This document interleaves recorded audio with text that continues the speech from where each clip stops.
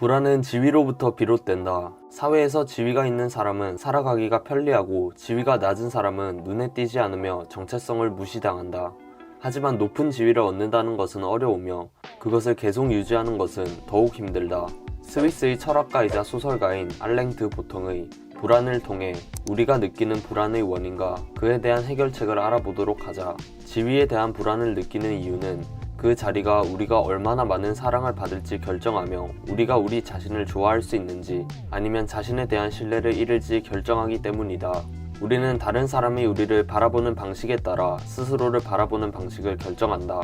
예를 들어 사람들이 우리의 농담에 즐겁다고 말해주면 우리는 우리에게 남을 즐겁게 하는 능력이 있다고 믿게 된다.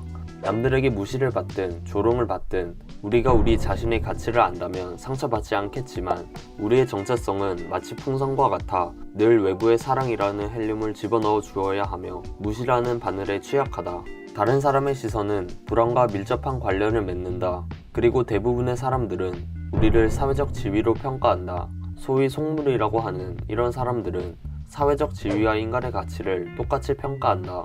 이들은 우리로 하여금 분노하고 좌절하게 만든다. 왜냐하면 그들은 우리의 사회적 지위와 우리의 가치를 동일시하기 때문에 지위가 아닌 다른 것으로는 그들이 우리에게 하는 행동을 통제할 수 없기 때문이다. 가난이 낮은 지위에 대한 물질적 형벌이라면 무시와 외면은 속물적 세상이 중요한 상징을 갖추지 못한 사람들에게 내리는 감정적 형벌이다. 반면 이렇게 생각하는 사람들도 있다. 과거보다 기술적으로 진보했고 경제적으로 부유하여 많은 혜택을 받으니 사람들이 과거에 비해 훨씬 덜 불안하고 행복해야 하는 것이 아닌가? 라고 말이다. 하지만 저자는 실제적 궁핍은 줄었지만 지위로 인한 불안의 수준은 오히려 높아졌다고 말한다. 그 이유를 요약하면 세상이 더 평등해졌기 때문이다. 우리는 우리와 같다고 느끼는 사람들, 그런 집단에 속한 사람들을 질투하고 선망한다. 키가 작더라도 고만고만한 사람들끼리 있다면 키 때문에 쓸데없이 괴로워하지 않지만 다른 사람들의 키가 조금이라도 커지면 불만족과 질투심을 느끼게 된다. 18세기와 19세기의 정치혁명과 소비자혁명은 많은 사람들을 평등하게 만들었고 그 결과 질투와 불안을 느낄 수 있는 대상의 범위가 늘어난 것이다. 과거에는 종교들이 이런 불평등을 변화 불가능한 자연의 한 부분이라고 가르쳤고 사람들에게는 역할과 신분이 정해져 있었다. 예를 들어 귀족 사회에서 하인은 선뜻 자신의 운명을 받아들이는 경우가 많았고 오히려 자존심과 자부심을 가지는 경우도 많았다. 하지만 민주사회에서는 모두가 같은 출발 선상에 있는 것처럼 보인다.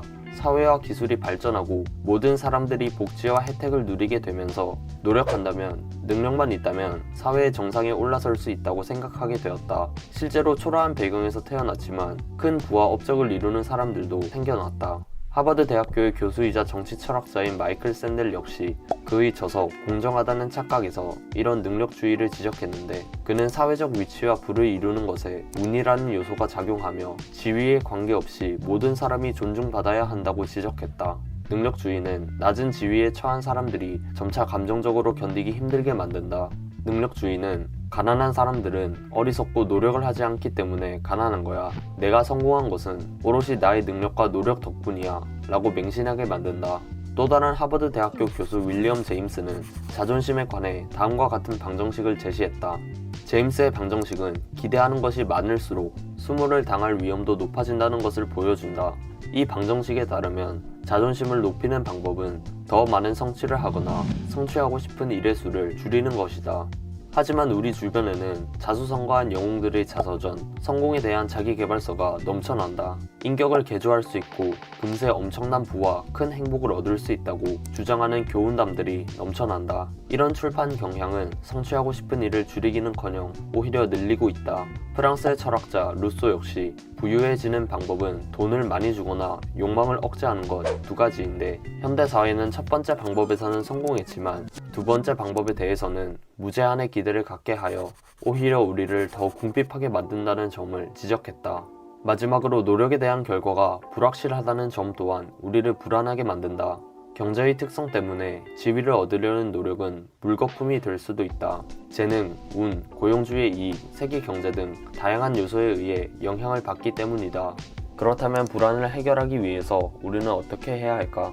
기원전 5세기 초 그리스에는 지위로 인한 불안에 시달리지 않는 사람들이 있었다. 이들은 디오게네스를 비롯한 철학자들이었는데 그들은 사회에서 차지하는 낮은 지위로 인한 결과에 괴로워하지 않았고 모욕, 비난, 빈곤 앞에서 늘 차분했다. 그들이 차분할 수 있었던 것은 다른 사람들의 생각을 바로 자신의 이미지에 연결시키는 것이 아니라 자신만의 판단 기준을 세워 그것이 참인지 거짓인지 판단하고 참일 때만 받아들였기 때문이다. 철학은 외부의 의견과 관계를 맺는 방식에 새로운 요소를 도입한다. 사람은 자신만의 철학을 바로 세움으로써 불안으로부터 자유로워질 수 있다. 다른 사람들이 자신이 성품이나 업적에 대해 하는 말 때문에 영향을 받아서는 안 되며 누군가 우리를 반대하거나 무시할 때마다 상처를 입는 대신 먼저 그 행동이 정당한지 검토해보는 것이다. 여러 세대의 많은 철학자들이 다른 사람들의 생각과 말에 대해 비판적인 태도를 취해왔다. 그들이 하는 주장의 핵심은 다른 사람들의 의견, 특히 여론은 이성으로 자신의 생각을 엄격하게 검토하지 않고 직관, 감정, 관습에 의존하기 때문에 굉장히 편협하고 결함이 많다는 것이다. 이런 결함이 많은 외부의 인정이나 비난보다 우리 내부의 양심을 따라야 한다. 우리가 어떻게 보이느냐가 아니라 우리가 우리 자신에 대해 무엇을 알고 있느냐 하는 것이 중요하다. 철학과 더불어 예술은 삶의 가장 깊은 긴장과 불안에 대한 해법이다.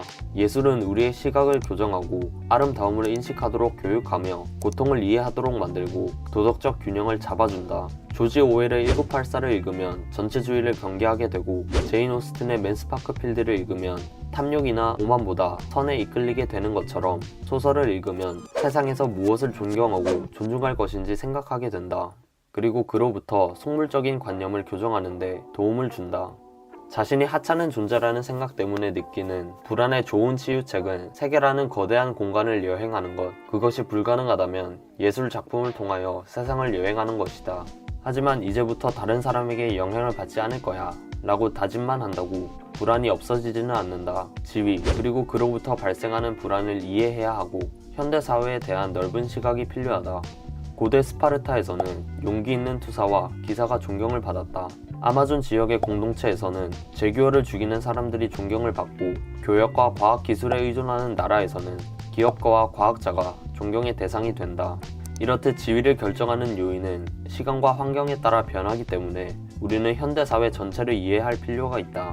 현대사회를 표현하는 핵심 단어는 능력주의, 자본주의, 소비사회이다. 우리는 돈과 선함을 연결시킨다. 부를 축적한 사람은 창의성, 용기, 재능, 체력 중 적어도 하나는 있다고 칭송받는다. 부에 관한 우리의 생각은 신문, 광고, 텔레비전 프로그램, 교과서 등 다양한 매체들을 통해 더욱 강화된다. 하지만 이런 믿음을 주로 퍼뜨리는 사람들이 지배계급이며 높은 수준의 정치적 감각이 없으면 이런 편파성을 발견할 수 없다. 다시 말해 사회가 우리에게 주는 메시지들을 있는 그대로 받아들여서는 안 되며 정치적인 이해를 통해 자신만의 시각으로 보아야 한다.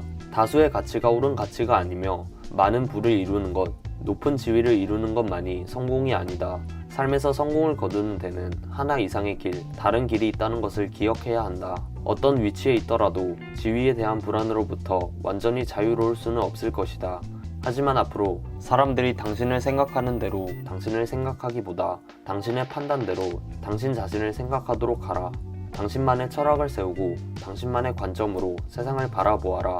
삶에서 성공을 거두는 데는 한 가지 길만이 있는 것이 아니다. 그리고 설사 그 길이 잘못되었더라도 그 길은 존중받아 마땅하다.